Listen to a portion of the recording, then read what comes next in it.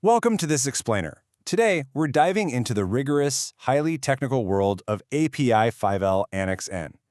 We are going to uncover the exact anatomy of a perfect steel line pipe. Now, if you work in infrastructure, energy, or engineering, you already know that line pipes are the literal arteries of our modern world. But how do we actually know they're safe? Well, it all comes down to the microscopic rules we're looking at today. So before we jump right into the dense specifications, we really have to ask ourselves a fundamental question. How do engineers guarantee that thousands of miles of pressurized steel won't just catastrophically fail out in the field? I mean, you can't just look at a giant pipe and know it's strong enough, right? It requires an invisible, incredibly strict gauntlet of tests and tolerances. To answer that question, we're going to build a logical quality control funnel today.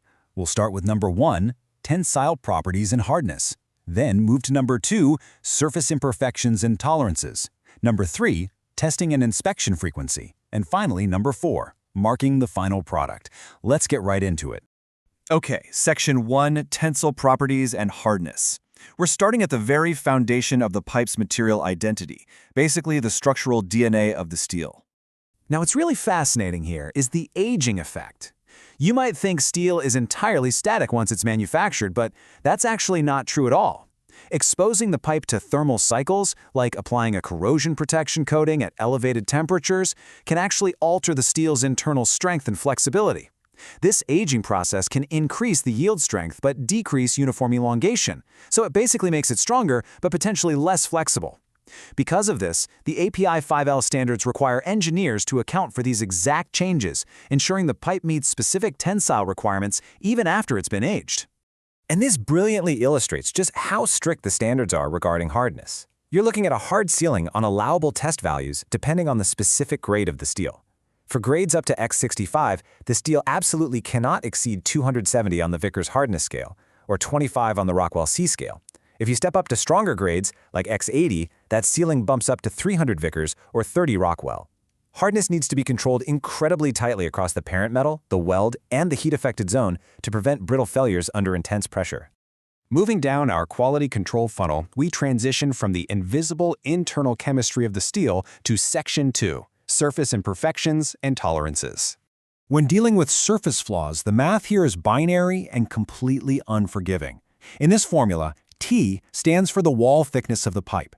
If an imperfection's depth is less than or equal to 5% of that wall thickness, and it doesn't encroach on the minimum permissible thickness, it passes. It's just a cosmetic flaw. But the second that scratch or gouge is deeper than 5%, boom! It immediately crosses the line from a simple imperfection to a structural liability, and it is officially classified as a defect. Now, let's talk about straightness. I like to think of these straightness tolerances sort of like tailoring a bespoke suit.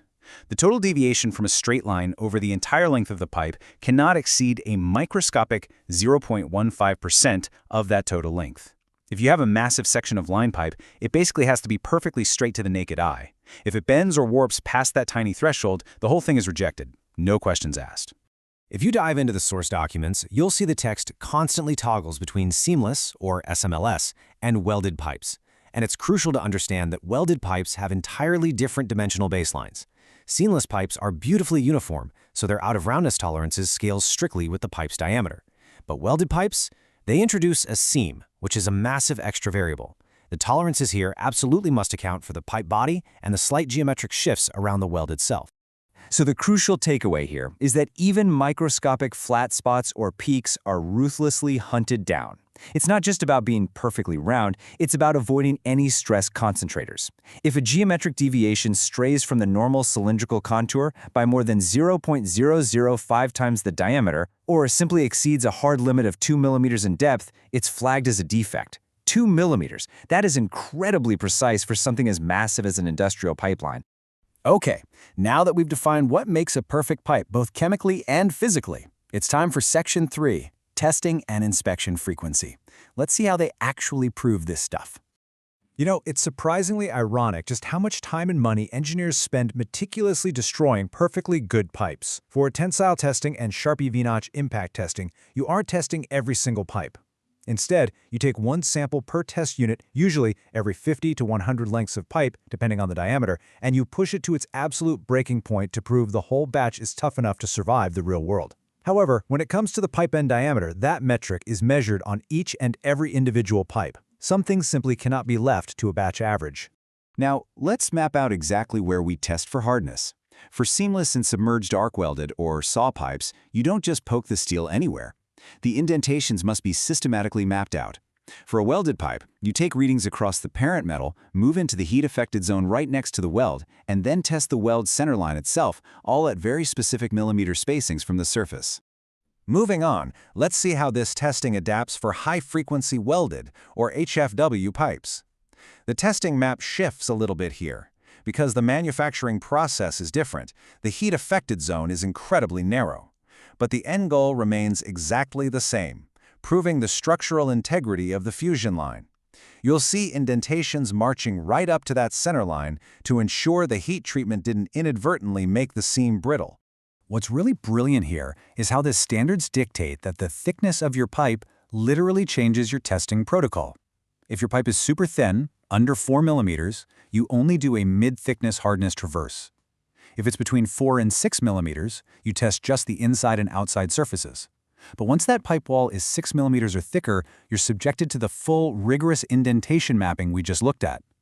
The standards adapt perfectly to give thin-walled and heavy-walled pipes the specific tailored scrutiny they actually need. Finally, after the pipe survives the extreme pressures of the inspection funnel, we arrive at Section 4, marking the final product, the ultimate stamp of approval. All of that rigorous, destructive testing data we just talked about, it doesn't just vanish into thin air. The specific longitudinal tensile test results, the exact aging temperature and time used on the test pieces, and the precise hardness values are all legally bound to the pipe's official inspection certificate. It's essentially a birth certificate and a medical record all rolled into one. And to tie the whole shebang together, the physical pipe itself receives a permanent identification number stamped or stenciled right onto the steel. This creates an unbreakable chain of custody. If you're outstanding in a trench looking at a piece of pipe, that specific number correlates directly back to its perfect test scores on paper. But before we wrap up, I want to share one last thing. Even within these incredibly strict, rigid rules, there's a fascinating mathematical fail-safe built in. What happens if a single hardness test fails? Does the whole pipe just get scrapped? Well, not necessarily.